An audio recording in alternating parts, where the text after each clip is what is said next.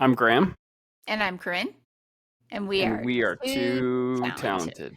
Nope, didn't get I it. don't know. Yeah, it may We never might happen. never get it, but we are Might never too get talented. it. Welcome to the Too Talented podcast. Hi, Graham. Welcome to the Two Talented podcast. How you doing? Good. Doing Good. good. How are you?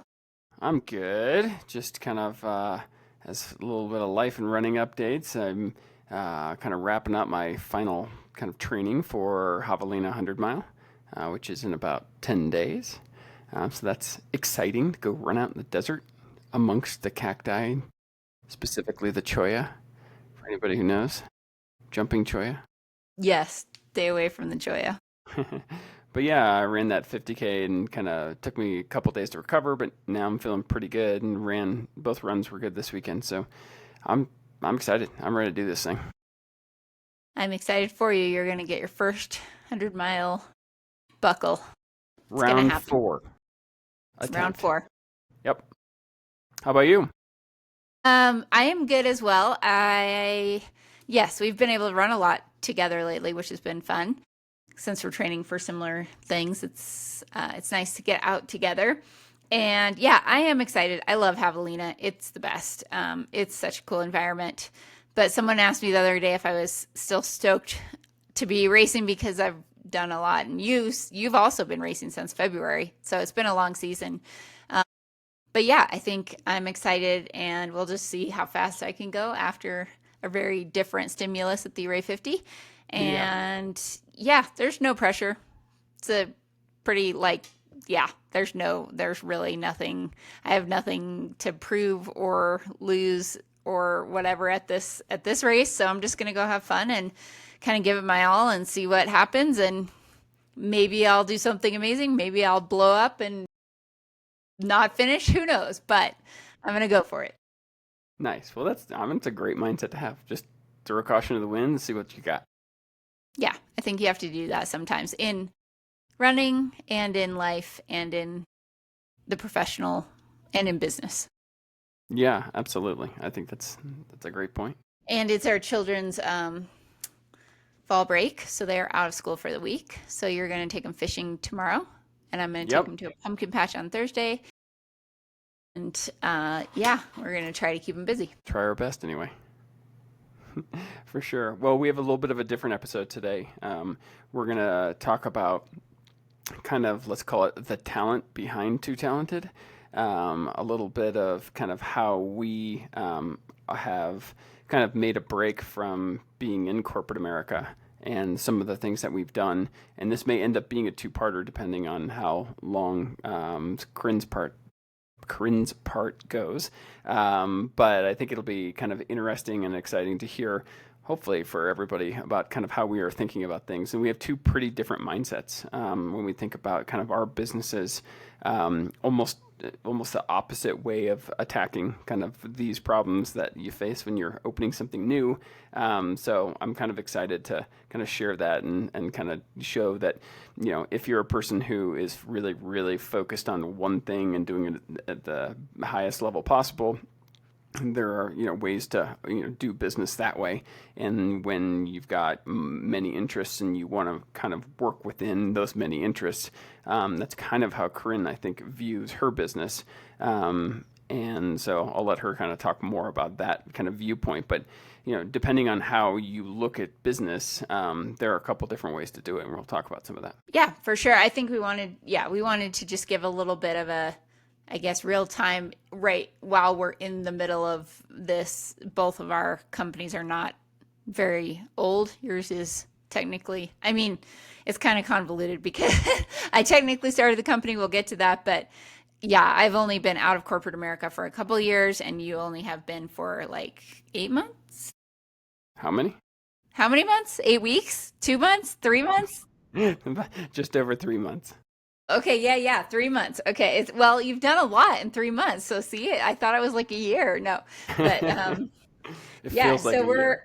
we're both very early, I would say, in owning our own businesses and trying to run our own businesses. And like you said, it's been a different experience for both of us, and we're kind of navigating different paths. So we just wanted to share a little bit on that, if anyone has insights or thoughts on, yeah, if they're doing the same, you're doing the same thing, or you're interested in doing the same thing. I think one thing we've heard from a lot of our friends is, oh man, you guys are really brave and courageous to do that. And yes, maybe we are, especially Graham, who's very risk adverse. However, I think it's also a situation where we don't really have it figured out and we're just figuring out as we go. But maybe we have decided we're okay with being in that kind of a uncertain environment at this point in our lives. And we did a lot of things earlier in our careers to set us up for being able to do that.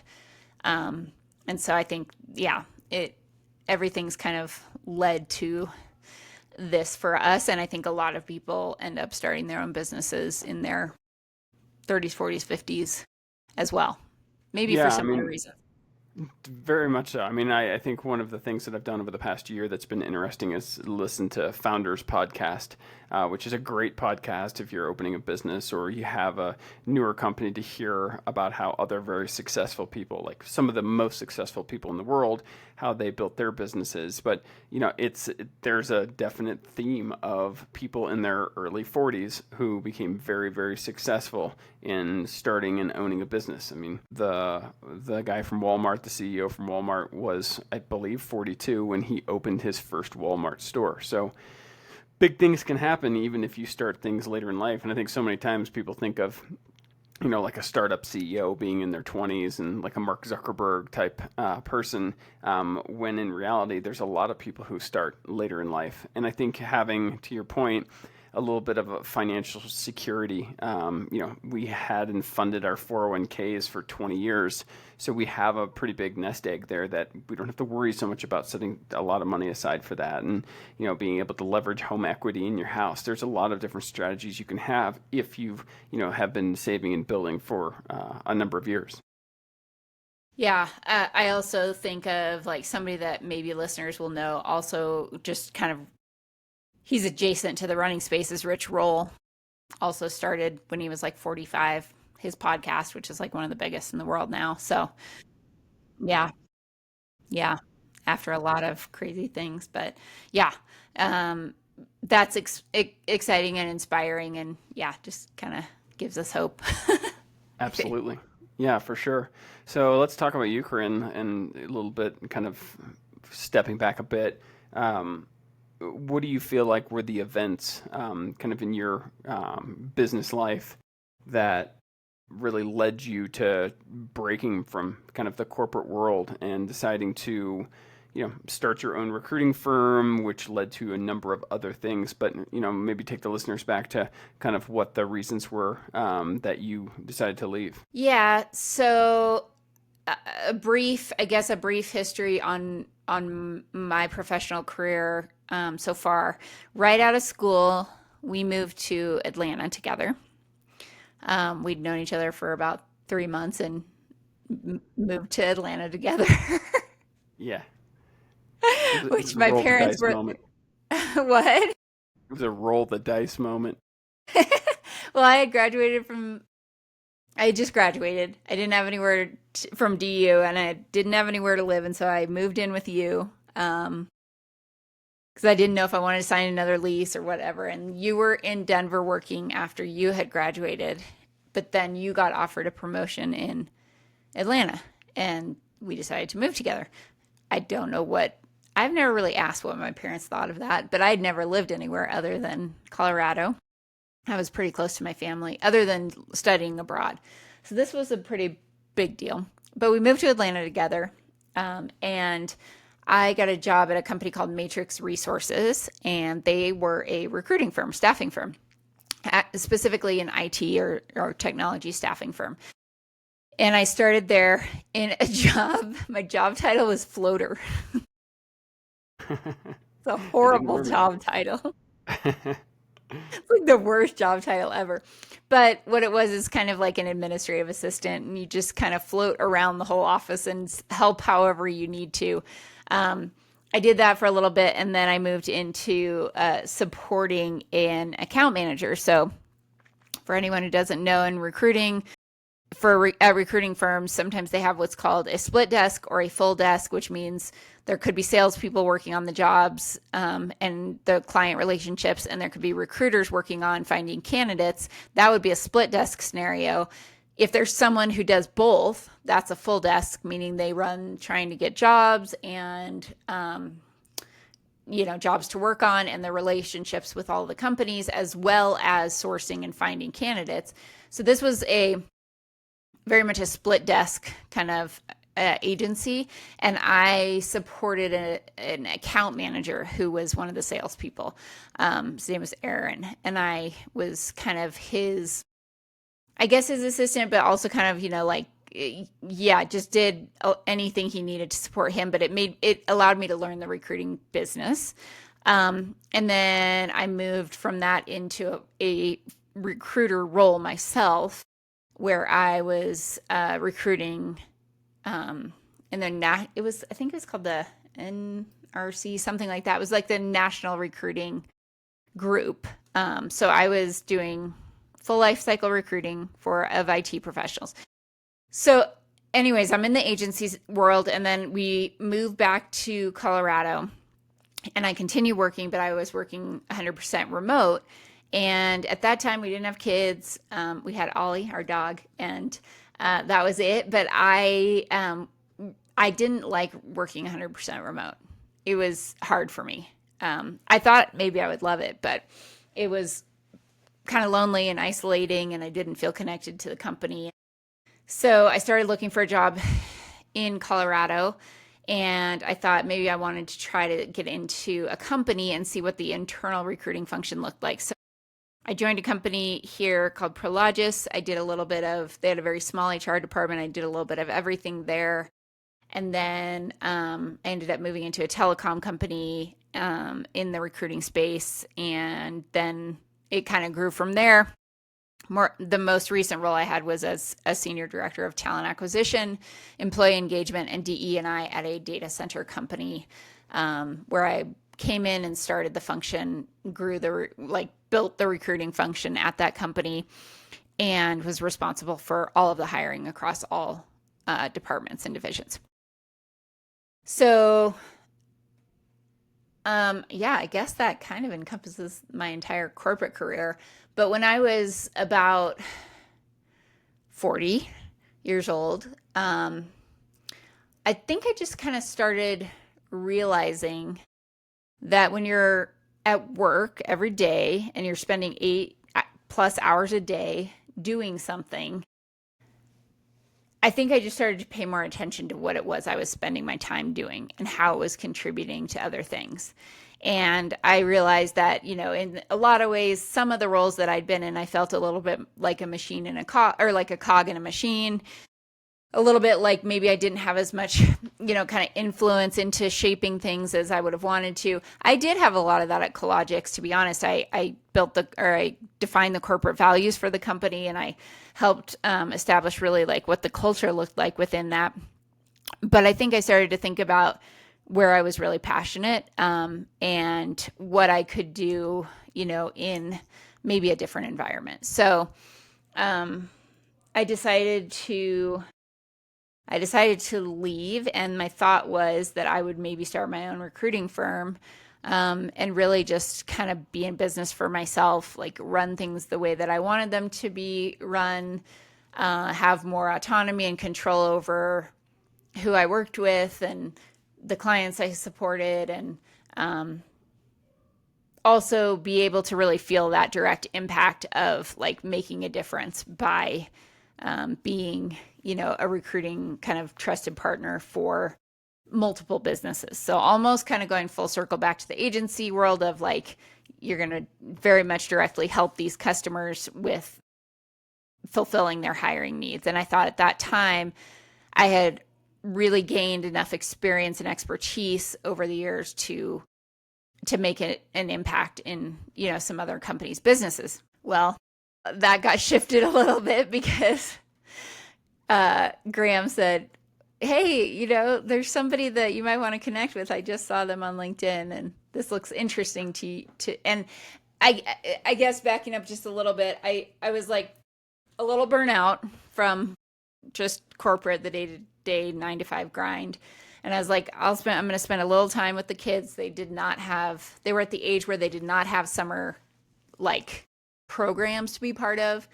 So it was, and couldn't work or anything. So what are they going to do all summer? So I kind of spent the summer with them. And then I was like, well, I established I set up the LLC, the company, Strides Staffing, which Strides Staffing and Consulting.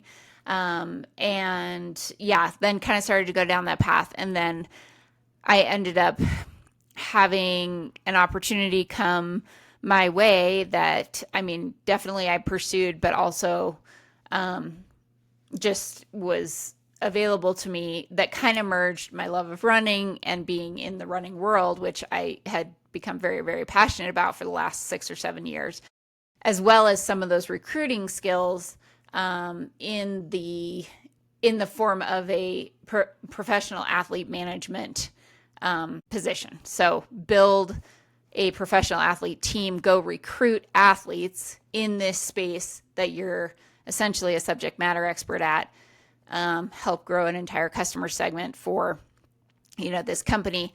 And I was really, really excited about that. So we kind of put the recruiting Stride Staffing work on a bit of a pause. And I joined a company as a consultant contractor, with the main focus of building partnerships within the trail and ultra running space, and building a roster of professional athletes who would be sponsored by this company. Absolutely. I guess I'll pause there. Yeah. I mean, it's a perfect segue into my next question. So, I mean, you had the initial idea of starting a recruiting firm, which now I operate. What caused you to pivot to other things? Was it your interest in running and seeing an opportunity to do it? Did you not find the business in recruiting to be, moving? What was it? I think it was a combination of things. One was that I think that, like if I'm critiquing my own skill set, I think that you're probably a bit more of what I describe as like a self-starter than I am, in terms of like just being able to get very focused and organized and saying, okay, here's the plan, here's the business plan. This is exactly the direction I'm going to go.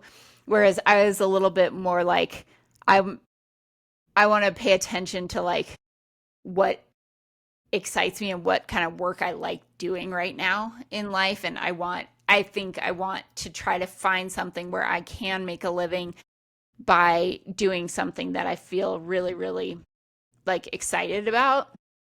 And this just ended up being kind of what that opportunity looked like. I had considered looking at talent acquisition again. The market was not great. That was a big, big factor. And even, looking at getting back into roles, possibly, or developing the business myself. I think at that time it was kind of like fall, winter of 2022. Three. Yeah. It just, there was like, it was not a good market there were a million talent acquisition jobs. There were a lot of people who'd gotten laid off from big companies and small companies.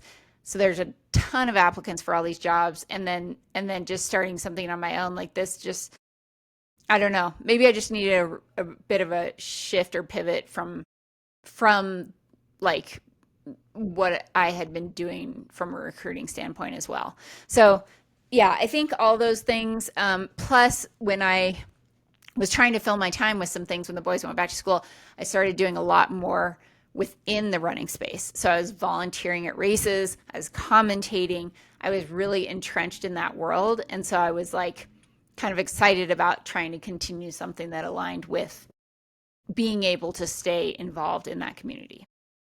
Yeah, I mean, that makes sense. And I mean, I think out of that, like another kind of business you've created that's not only for running, but has a parallel to it is the Women Can movement, which consists of a Substack, apparel company, and then kind of social media, Where'd you get the initial idea for that? And kind of amongst all the other things that you were kind of dealing with, I mean, you had this thing that's now starting to kind of grow. So I would say first and foremost, like when I was out of corporate America, like I'm the kind of person that all through my life has really sought, I guess, validation and somewhat of like I do have this need for external kind of validation and somebody else telling me I'm doing a good job, whether that's a teacher or a coach or a whoever it is. And so when I left corporate, it was hard. It was really hard for me.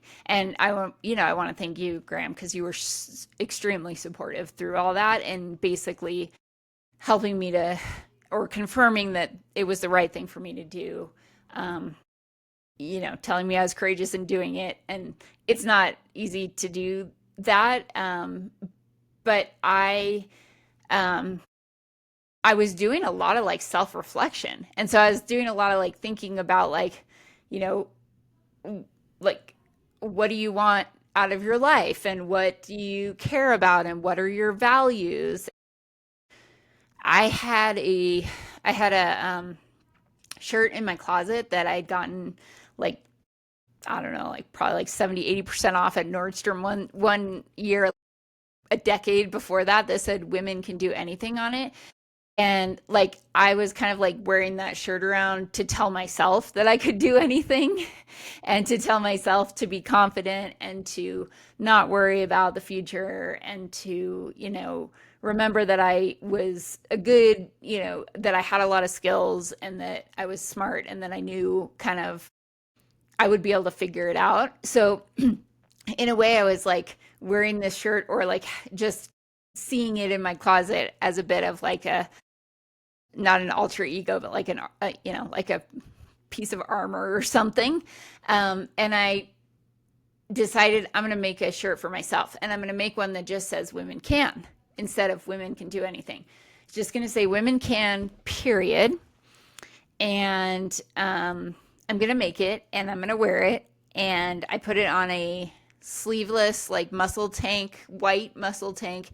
And I created the logo and it was like picked out a font that I thought was quite like classic and, somewhat traditional, really easy to read. And then I just stressed the font because I intentionally wanted it to be like, we as a society have known this forever, but it needs to be said. So here it is. It's distressed because it is the case. It's been the case forever and ever.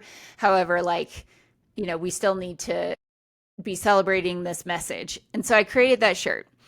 And I wore it on the Cocodona live stream. The first year that I commentated Cocodona 250, which is a 250-mile race. It's like 5 days long in Arizona in the spring. And people started asking if they could buy one. And I was like, I'm going to make it available to everybody. So I started an Instagram and I did a pre-order and I sold a bunch of these shirts. And it has grown and developed into more of like a movement, I would say, and a community. And that's what I kind of want it to be too. But we're doing all kinds of cool things. We're doing artist designs. We're doing, some different types of apparel and stuff like that. But it's become a really, really meaningful part of my whole story. And the main reason is because of the women that I hear talk about how meaningful it was for them, how it empowered them to do XYZ, how their daughter asked them what it meant and they had to talk to them about women being capable. And it's just, and then learning, the stories and the backgrounds of so many different women from different professions. So a lot of whom are runners, but many are not, who are not, and being able to share their stories and stuff like that. So there's a lot to it, but it's honestly become a really, really something that I'm very proud of and that I, even if it doesn't grow into anything huge, I will keep doing it because it's meaningful to certain people, just like coaching has become really meaningful. And those are the kinds of things that I think as you get into your 40s, you start to realize are, why you are doing the work you're doing on this planet, is to inspire other people, to help other people, to help them see stuff in themselves. And, that anything that contributes to that just totally trumps, the BS of bureaucracy and red tape and, things that a lot of people get frustrated with in corporate America. Yeah, yeah, I like that. And as someone who is, contracting for a company, coaching, ultramarathon runners, running Women Can, how do you prioritize each different company to make sure that they're given proper attention? Because you have a very full plate when it comes to that. I do. I think that coaching is number one priority, because coaching in my contract role is because I'm getting paid for them very much. They are very much the revenue stream, and therefore they need to have most of my attention. And then I think I'm just trying to do whatever I can to keep up with, little by little. We saw this, you and I saw how the Castle Rock Run Club grew exponentially over the course of 8 years, really. And so I think there's naturally these tipping points in endeavors that you're pursuing that maybe I definitely could spend more time with, Women Can or certain other parts of my life. But at the same time, if I spend a little bit of time slowly building them, I think things will happen. And they have started to happen, right? I've had 2 women say they wanted to write for me for Women Can, just completely pro bono. And I would have never thought that was going to happen. But now I have 2 people, that's a huge amount of help that I don't have to spend the time, nor do I have as much of a expertise in writing as they do, that allows the business and that to grow. So I think I probably don't prioritize things as well as I could, because I'm not Graham Shalvoy with his time blocking. But I think that I just kind of listen to just what I know of. I haven't done anything in a few days. I need to get a couple of graphics up. I need to get a story written for that, and I use my handy dandy planner to hopefully help keep me on track with that.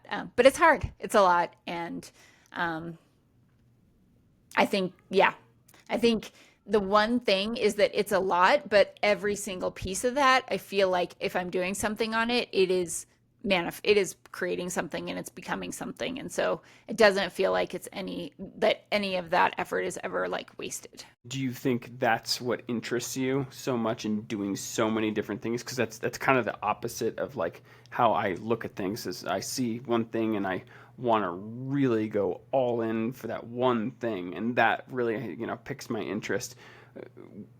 What do you think in terms of what is it that interests you in having such a diversity in things that you end up doing? That is what keeps me engaged, I think.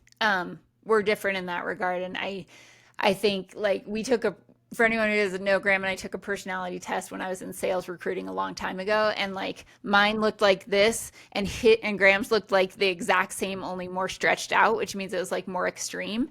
And so I think in one way we do think about things similarly, but we've talked about that I probably have undiagnosed ADHD.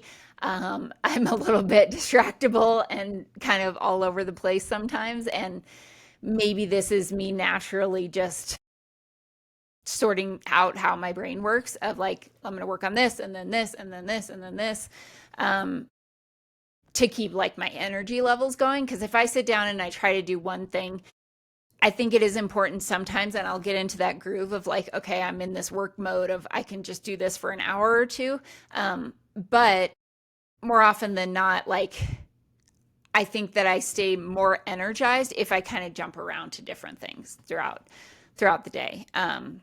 So I don't really know the answer to that, but I think that just I No, but I running. think it gives a pretty good idea, because when I get energized by sitting down and just absolutely cranking through something, and I don't care if it takes 4 hours of just sitting there doing it over and over and over, to then I finally find success with it, and then I stand up, I'm like, yes, I did it. But I think that's the difference between you and me in terms of what you just said is kind of the energy that you gain from being able to shift from task to task really gives you that energy. And I'm kind of the opposite of how I get mine. So that's interesting that you would say that. It's not, it makes me think about this in our personalities too. I will go run and do a combo platter run, or like partly on the road, partly on the trail. I will Yeah. come home and put 6 different kinds of chips in my bowl. That's kind of like, and you like eat the same thing for breakfast every single morning, and you go to bed at the exact same time every night. Like you're very regimented like that, and you don't necessarily like spontaneity that much, or like, I don't think you like you'll get the same thing at a restaurant all the time. You don't love like switching things up or the variety in it. So maybe that's all, it's all like intertwined, or like that's an example of what, why our personalities are different. Yeah, for sure. Like, I mean, I already know the exact route that I'm running tomorrow morning, and I've decided I'm going to do road instead of trail because road's slightly quicker, and it's pretty much the same route I've run over the past 3 months. Probably run it 30 times. It's the 8 mile Plum Creek Loop with strides at the end. And I mean, but like, I just know it and it's automatic and I get out the door and bang, I do it. So it's, yeah, I mean, you're right. It is definitely a difference in our personalities. But I think both are valid and both have a lot of value to them in their own ways. And yeah, everybody's got like, I want to try to be a little bit more like focused on planning, time blocks of things just so that I can ensure everything gets done. And I don't know if you want to, but you know, I try to get you to do things spontaneously or things like that every now and then just because I think it's good for you. Probably is good for me. Probably is good for me. Yeah. Well, this has been great. I think we do a round two, and kind of you can ask me some questions just about kind of the reasons behind leaving, and kind of the interest in doing what I'm doing, and what basically a focused task looks like, which is kind of the yin to your yang. So we can do that in the next episode. But this has been great, and it's funny. Like even though we've been married for a really long time and been together a while, it's some of the struggle that someone can be having, like what you were saying, is you felt like you needed to develop a armor shirt. That was something I knew. I mean, obviously at a high level, kind of what you were thinking about at that moment in time, but maybe not to the extent and the level that maybe you were really internally feeling it. So it's interesting to hear, like when we dive into stuff like this, to hear for me, even things that you were dealing with that I didn't maybe know. Yeah, and I think that's where a lot of really, meaningful, whether they're brands or, movements or platforms or, things like that come from is, from someone's own personal either struggle or challenge or experience, and then the emotional outcome of that manifested into a product or a design or a platform or something like that. I think it's pretty common, and it's hard to know at the time because a lot of times,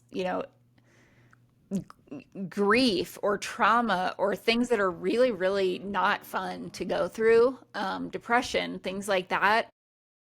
I think it's just important for people to know that and remember that from that, a lot of growth and creativity and inspiration like usually comes. And so, I think just, yeah, stay strong if you're in a difficult, tumultuous time. But I think one of the things that you and I both have realized is that we do have the ability to change our environments if they're not serving us or they're not making us happy. And I think, yeah, we're both going through that right now.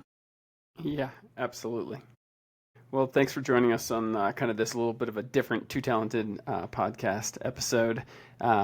We will be back next week with kind of the flip side of the story, which is mine, and be able to talk through some of that stuff. If you're also kind of starting a company or starting a new job even, and you're just trying to kind of feel your way through it, give us a comment, or give us a like, or ask us questions. We'd love to kind of be talking about that stuff on future episodes. Thanks for listening, and yep, we'll see you guys next time.